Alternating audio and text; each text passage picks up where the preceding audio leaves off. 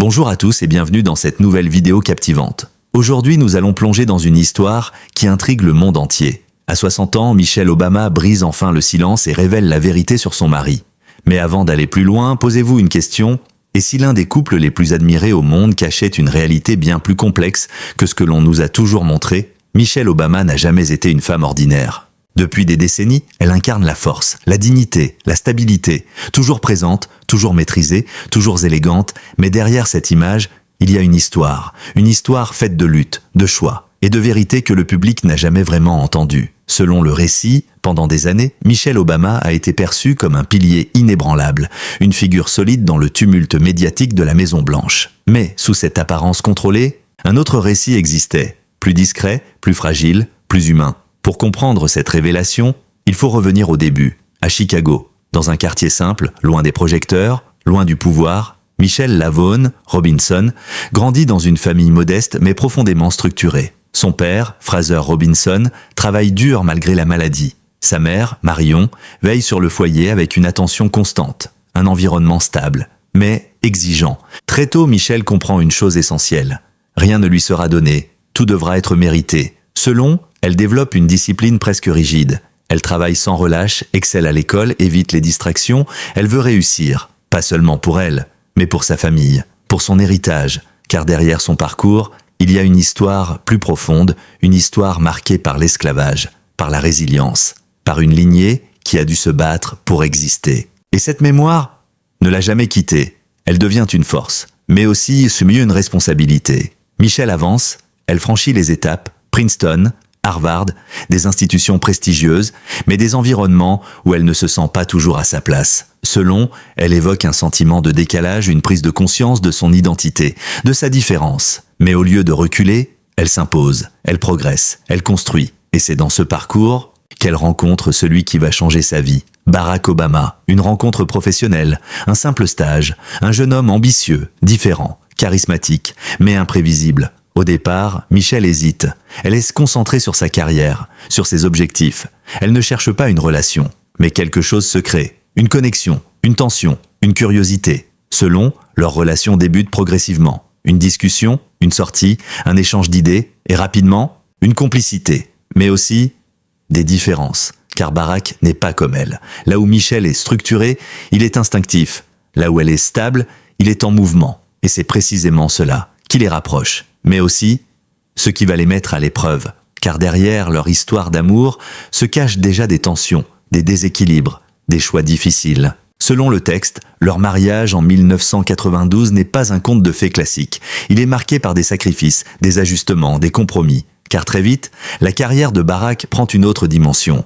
La politique entre en jeu. Et avec elle, la pression, la visibilité, l'absence. Michelle devient mère, 2 enfants, 2 responsabilités. Et un mari de plus en plus absorbé par son ambition. Elle doit gérer, s'adapter, tenir. Et c'est ici que la réalité commence à s'éloigner de l'image publique. Car ce que le monde voit, c'est un couple parfait, uni, solide. Mais selon, en coulisses, les choses sont plus complexes. Les horaires, les engagements, les responsabilités laissent peu de place à l'intimité, peu de place au couple, et parfois, peu de place à la communication. Mais Michelle ne fuit pas. Elle affronte, elle construit, elle résiste. Car pour elle, l'amour n'est pas une illusion. C'est un travail, un engagement, une décision. Et c'est cette vision qui va les maintenir ensemble, mais aussi qui va nourrir les rumeurs, car plus leur visibilité augmente, plus les spéculations apparaissent. Infidélité, distance, tension, des mots, des hypothèses, des récits, mais jamais confirmés. Jusqu'à aujourd'hui, dans ce premier chapitre,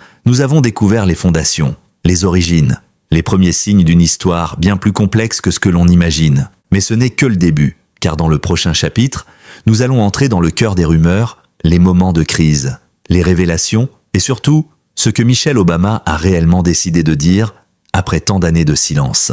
Bienvenue dans ce deuxième chapitre. Après avoir découvert les fondations de la relation entre Michelle Obama et Barack Obama, nous allons maintenant aborder une partie beaucoup plus sensible, celle que le public a longtemps pressentie sans jamais pouvoir la confirmer. Car derrière l'image d'un couple parfait, il y a des moments de doute, des tensions, des périodes de silence, et surtout, des rumeurs. Au fil des années, le couple Obama est devenu un symbole mondial, un modèle d'amour, de respect et de réussite.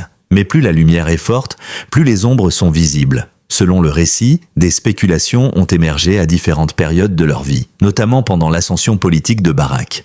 L'éloignement, les responsabilités, les voyages, tout cela a alimenté les interrogations. Certains parlèrent d'une distance émotionnelle, d'autres évoquaient des désaccords, et puis, il y avait les rumeurs d'infidélité, jamais confirmées, mais jamais totalement éteintes. Et c'est ici que l'histoire devient plus complexe. Car Michelle Obama, contrairement à ce que beaucoup imaginent, n'a jamais prétendu que tout était parfait. Au contraire, selon, elle a ouvertement reconnu que leur mariage avait traversé des périodes difficiles, des moments où la communication était fragile, où les priorités divergeaient, où l'équilibre semblait impossible à maintenir. Elle parle de fatigue, de frustration, de solitude, des émotions rarement associées à une figure publique aussi forte. Et pourtant, elles sont bien réelles. Car vivre aux côtés d'un homme en pleine ascension politique, ce n'est pas seulement partager un rêve, c'est aussi accepter des sacrifices, des absences, des responsabilités disproportionnées. Selon le texte, Michelle a même évoqué le recours à une thérapie de couple, un choix qui, pour beaucoup, a été perçu comme surprenant. Mais en réalité, c'est un signe de force, un signe de lucidité, car reconnaître les difficultés, c'est déjà commencer à les résoudre, mais ce n'est pas tout. Car une autre histoire, plus ancienne, est venue alimenter les spéculations. Avant Michelle, avant le mariage, il y avait une autre relation dans la vie de Barack Obama. Une relation sérieuse, intense, avec une femme nommée Sheila Miyoshi Jagger.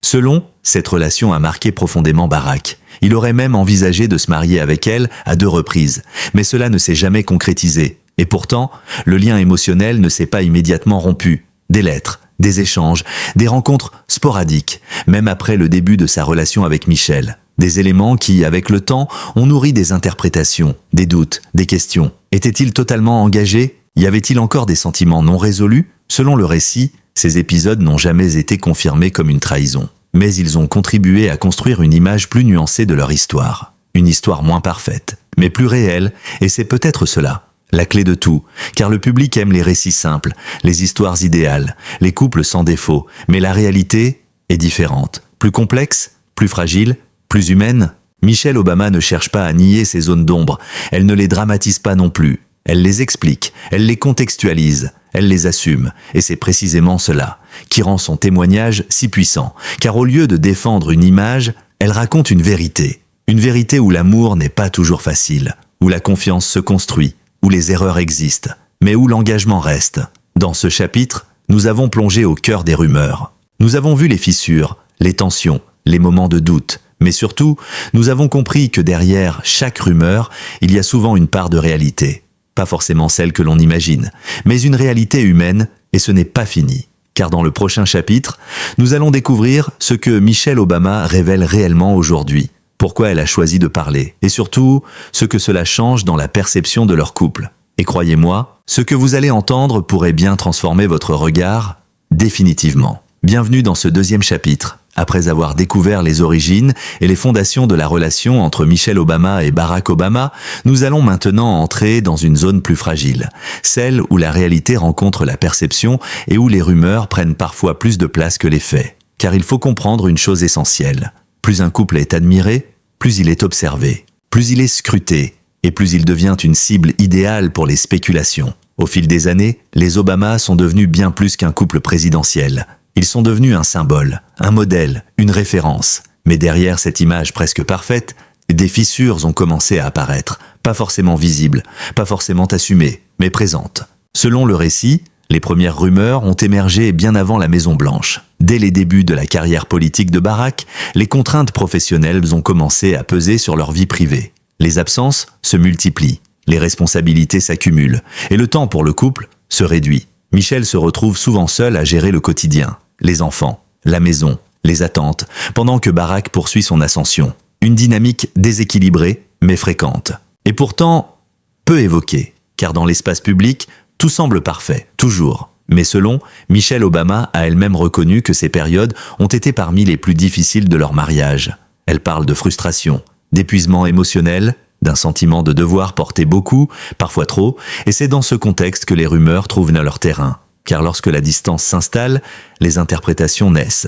Certains médias ont évoqué des tensions internes. D'autres ont suggéré une perte de connexion. Et puis, il y a eu les spéculations les plus sensibles, celles liées à la fidélité. Selon le texte, Une ancienne relation de Barack Obama a particulièrement attiré l'attention des observateurs. Avant Michelle, il entretenait une relation sérieuse avec Sheila Miyoshi Jagger.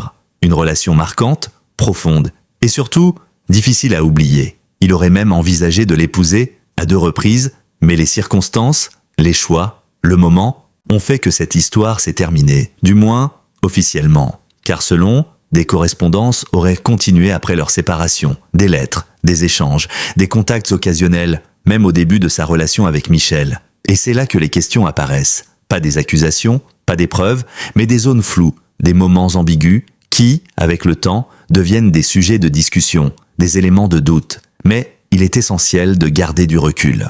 Car aucune confirmation directe n'a jamais été donnée, ni par Barack, ni par Michelle, et pourtant, ces récits persistent. Pourquoi ? Parce qu'ils humanisent. Ils rappellent que même les figures les plus respectées ne sont pas parfaites. Et c'est précisément ce que Michelle Obama semble vouloir dire aujourd'hui. Selon, elle n'a jamais prétendu vivre une relation idéale. Au contraire, elle insiste sur les efforts nécessaires pour maintenir un équilibre. Elle parle ouvertement de thérapie de couple, de discussions difficiles, de moments où ils ne se comprenaient plus.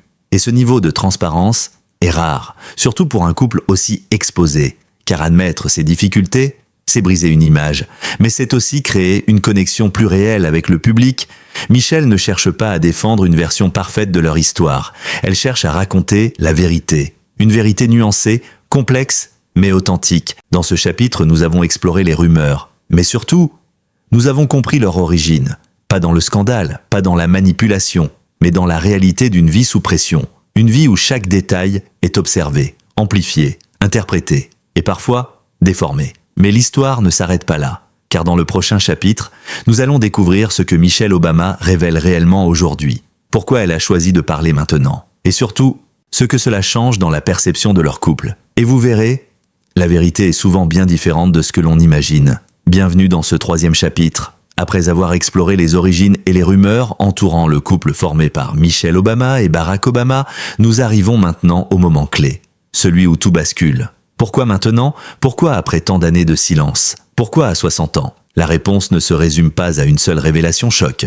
Elle est beaucoup plus profonde, plus intime, plus humaine. Selon le récit, Michelle Obama ne cherche pas à créer un scandale. Elle ne cherche pas à choquer. Elle ne cherche pas à exposer son mari. Elle cherche à dire une chose essentielle. La vérité. Sa vérité. Et cette vérité commence par un constat simple. Le mariage n'est pas parfait. Même lorsqu'il est admiré dans le monde entier. Même lorsqu'il semble solide. Même lorsqu'ils résistent au temps. Michelle explique que leur relation a traversé des périodes de déséquilibre, des moments où elle se sentait seule, où elle devait gérer la maison, les enfants, la pression médiatique, pendant que Barack poursuivait sa carrière, des moments où l'amour était présent, mais difficile à vivre. Selon, elle évoque des phases de frustration, de fatigue émotionnelle et même de doute, non pas sur l'amour lui-même, mais sur sa place dans cette relation. Car être l'épouse d'un homme destiné à devenir président, ce n'est pas un rôle ordinaire. C'est une transformation, une adaptation constante, un renoncement à une partie de soi. Et c'est là que sa parole devient importante, car elle ne parle pas en tant que figure publique, elle parle en tant que femme, en tant qu'épouse, en tant que mère. Elle explique qu'à un moment donné, ils ont dû faire un choix, continuer comme avant ou affronter leurs difficultés. Et c'est là qu'intervient une décision essentielle, la thérapie de couple. Selon, ce choix a été un tournant, non pas parce que leur relation était brisée,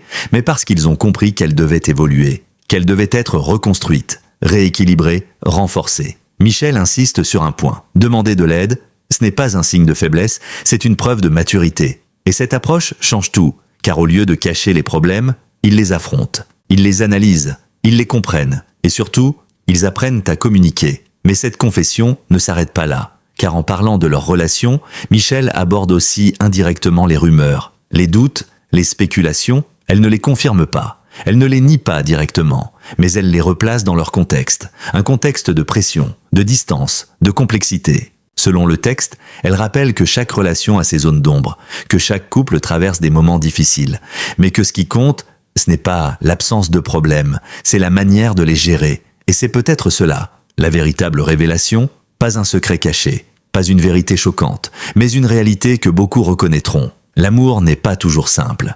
Il demande des efforts, des ajustements, des compromis. Et surtout, une volonté commune de continuer. Dans ce chapitre, nous avons compris pourquoi Michelle Obama a choisi de parler. Non pas pour révéler un scandale, mais pour casser une illusion, celle du couple parfait.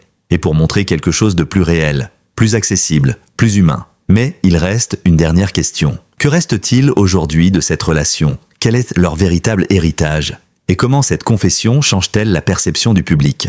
Dans le prochain et dernier chapitre, nous verrons ce que cette vérité révèle vraiment. Et pourquoi, au-delà des rumeurs, l'histoire des Obama continue de fasciner et d'inspirer. Bienvenue dans ce dernier chapitre. Après avoir exploré les origines, les tensions et les révélations de Michelle Obama et Barack Obama, une question demeure: que reste-t-il vraiment aujourd'hui de cette histoire que le monde entier a observée pendant des années? Car au-delà des rumeurs, au-delà des spéculations, au-delà même des confidences, il y a une réalité, une relation, un héritage. Et cet héritage est bien plus complexe que ce que l'on imagine. Selon le récit, le couple Obama n'a jamais prétendu être parfait. Leur force ne réside pas dans l'absence de difficultés, mais dans leur capacité à les affronter, à les comprendre, à les dépasser. Et c'est précisément ce qui les distingue. Car dans un monde où l'image est contrôlée, où les apparences dominent, ils ont choisi une autre voie. Celle de la transparence, celle de l'honnêteté, celle de la réalité. Michelle Obama ne cherche pas à embellir le passé.